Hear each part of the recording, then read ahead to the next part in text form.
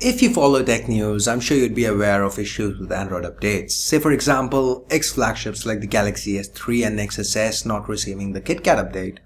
That was major news, something that almost every major tech website reported. But in a country like India, where we don't have carrier subsidies, not everyone buys a Galaxy S or a Nexus. There are a lot of people who buy low-end smartphones. These devices rarely get updated, but you don't see anyone reporting it. Why? We've kinda learned to accept it, c'est la vie.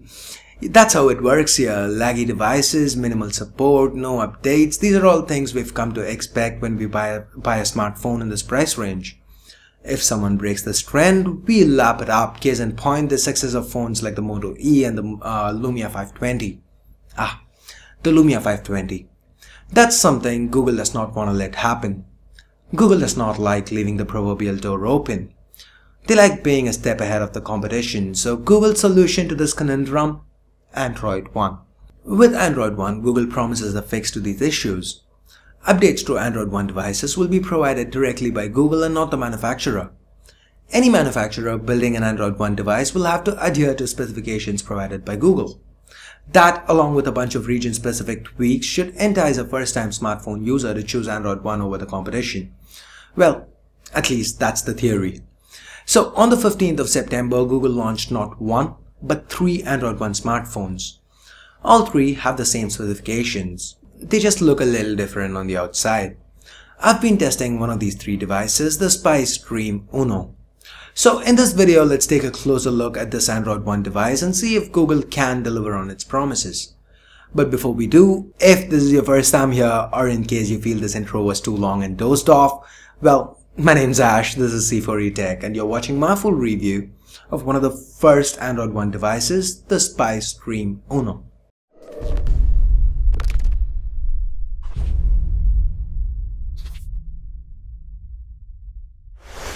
First, let's start with the design.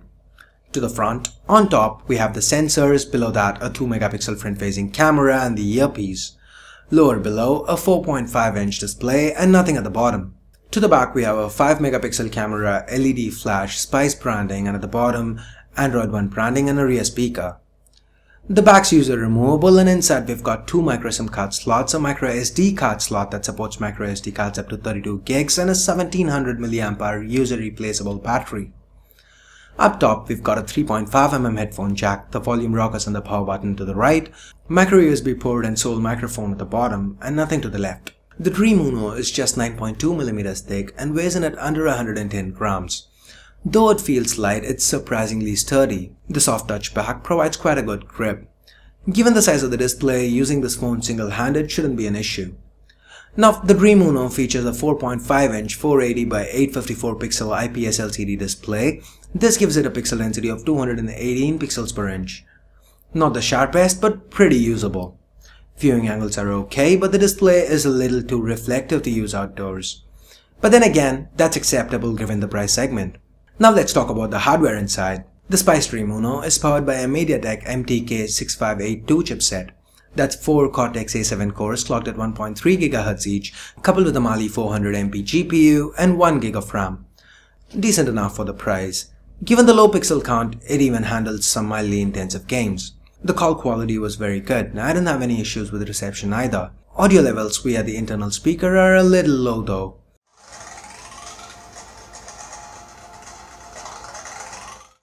The included earphones aren't very good, but again, given the price, that's understandable.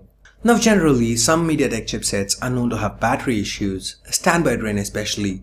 And I wasn't really expecting a lot from the 1700 mAh battery inside, but it delivers, and it delivers in spades. The battery life on this little device is great. Getting through a day on a single charge should absolutely not be an issue.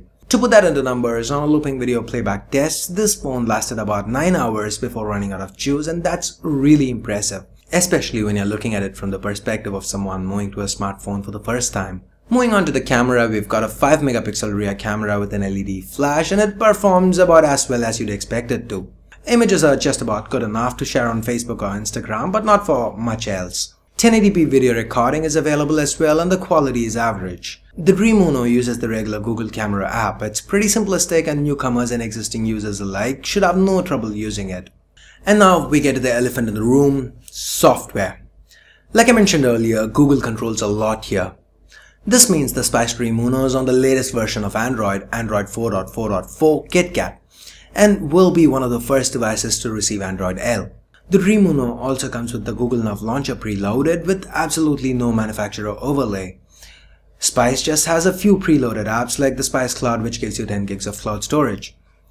Google's tweaked a few things here for the Indian audience. Say for example, Google Now understands Indian accents now and even replies in one. Okay Google, who's Mahendra Singh Dhoni? According to Wikipedia, Mahendra Singh Dhoni is an Indian cricketer and the current captain of the Indian national cricket team. The Translate app now supports Hindi. Samay kya hai? Google's also got Airtel to provide 200 MB of free app downloads and 6 months of free firmware updates if that's the carrier you use. There's one minor hiccup here though. This phone has just 4 gigs of internal storage, of which only 2.3 gigs is usable by the end user. And this cannot be accessed by a lot of apps. So say for example you need to shoot a picture with a camera or download a picture sent to you on WhatsApp, you'd need to have a microSD card inserted. Now, I've read quite a lot of negative comments on this requirement. Yes, while forcing people to add a microSD card is annoying, I'd want to point out Google's complete turnaround here. Google's never been high on memory expansion. They've cut out microSD support on Nexus devices, imposed restrictions with KitKat. They want everyone to use cloud storage. That's something they've made extremely clear. But in a market like India, asking people to use cloud storage would be the techie equivalent of kills mache de la brioche or let them eat cake. And I'm glad Google had the sense to see that and offer microSD support on Android One. Hats off there. At the Android One event, I met a few people working for Google who claimed to have used an Android One device as their daily driver for a few months. My reaction was, okay, it should be good then. I mean, I do want them to invite me to the next event. But on the inside, I was all like, oh yeah, I'd say that if I was employed by Google too. But that should tell you how low my expectations were. Okay, but the UI on the Dream Uno surprised me. It's way better than I expected it to be. Now, barring the few apps we talked about earlier, this is stock Android, and in the usual stock Android fashion, everything's smooth, apps open up quick, and I didn't feel the interface lag. It even handled multitasking quite well. So with a price tag of around $100 or rupees 6,299 to be precise, the Dream Uno makes quite a compelling argument on Google's behalf to convince first-time smartphone buyers into going with Google's ecosystem. That being said, would I use this as my primary device? Probably not. But the better question here is, could I use this as my primary device? And I honestly am surprised to find myself saying yes. So I'd have no issues recommending this as a first smartphone or a backup phone to anybody. But that's just me though. What do you guys think? Do you agree? Do you feel there's something else that would be better? Let me know your thoughts in the comments below. So if you do want to pick up a Spice Dream Uno, you can do that from Flipkart. I'll leave a direct link down below the like button in the description. But before you do that, you could sign up with GoPaisa.com. GoPaisa is India's highest paying cashback site and helps you get the best deals, be it cashback or coupons. Just sign up with GoPaisa.com, find the store you want. They have a huge list of over 300 stores including Flipkart, Snapdeal and eBay. Head on over to the site, shop. The retailer provides GoPaisa commission and GoPaisa provides you cashback. You can use this cashback to recharge your phone or DTH or just transfer it to your bank. Anyway, I'll leave a link to GoPaisa.com in the description below, and since they are sponsoring this video, do let them know we sent you by signing up with the URL www.gopaisa.com/ref/c4etech. With that, I guess we get to the end of this review. Hope you guys liked it, hope you found it useful, and if you did, please do give this video a thumbs up, and for more videos like this, do stay subscribed. If you do have any feedback or any video requests for me, please do let me know. You can hit me up on Facebook, Twitter or Google+.